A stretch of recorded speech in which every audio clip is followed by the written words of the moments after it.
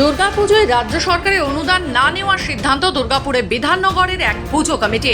রাজ্য সরকারের পুজোর অনুদান নিতে অস্বীকার করে জেলা প্রশাসনকে চিঠি দুর্গাপুরের বিধাননগরের গ্রুপ হাউজিং এর এক পুজো কমিটির। জি করের বিচারের দাবিতে সোচ্চার সদস্যরা। নির্যাতিতার বিচার মেলেনি এখনো পর্যন্ত। রাজ্য সরকারের দেওয়া পুজোর অনুদানের টাকা নেবেন না বলে পশ্চিম বর্ধমানের জেলা শাসককে চিঠি দিল দুর্গাপুরের বিধাননগরের গ্রুপ হাউজিং পুজো কমিটি। ৪৫টি সমবায়ের সংখ্যাগরিষ্ঠ সদস্য পরপর ৩বার মিটিং করে এই টাকা নিতে রাজি নয় বলে পশ্চিম বর্ধমানের জেলা শাসককে চিঠি দেন।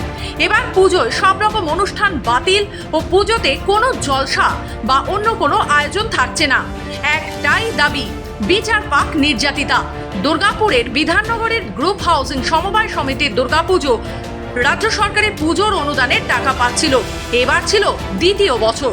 আমাদের সিদ্ধান্ত হচ্ছে যে যেহেতু বেশিরভাগ সদস্য এখানকার বাসিন্দা, তারা বেশিরভাগ এরাই যখন অনুদান না নেওয়ার পক্ষে, সেই হিসাবে আমাদের অনুদানটাকে করেছি, অস্বীকার করেছি, আর কিছু না।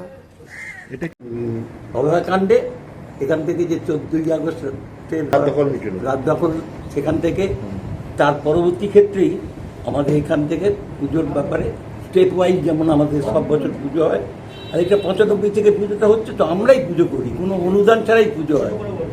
হঠাৎ করে অনুদান এইটা আমরা ঠিক আমাদের অধিবাসী এখানকার নেয়নি। আমরা মিটিং ডাকি, সেই মিটিংয়ে 44টার মধ্যে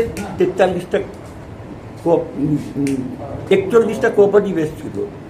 3টে কোঅপারেটিভ ফাম্বল করছিল কি ডিসিশন হবে, কিন্তু 33টা কোঅপারেটিভ একবারে পরের মিটিংয়ে তারা কনফার্ম করেছে। কারণ বলছে ইয়েতে গতবারও তো পর্যন্ত নিয়েছি, আমাদের তো কোনো এতে আমরা রাজনীতি দেখছিও না, আমরা বিচার চাচ্ছি।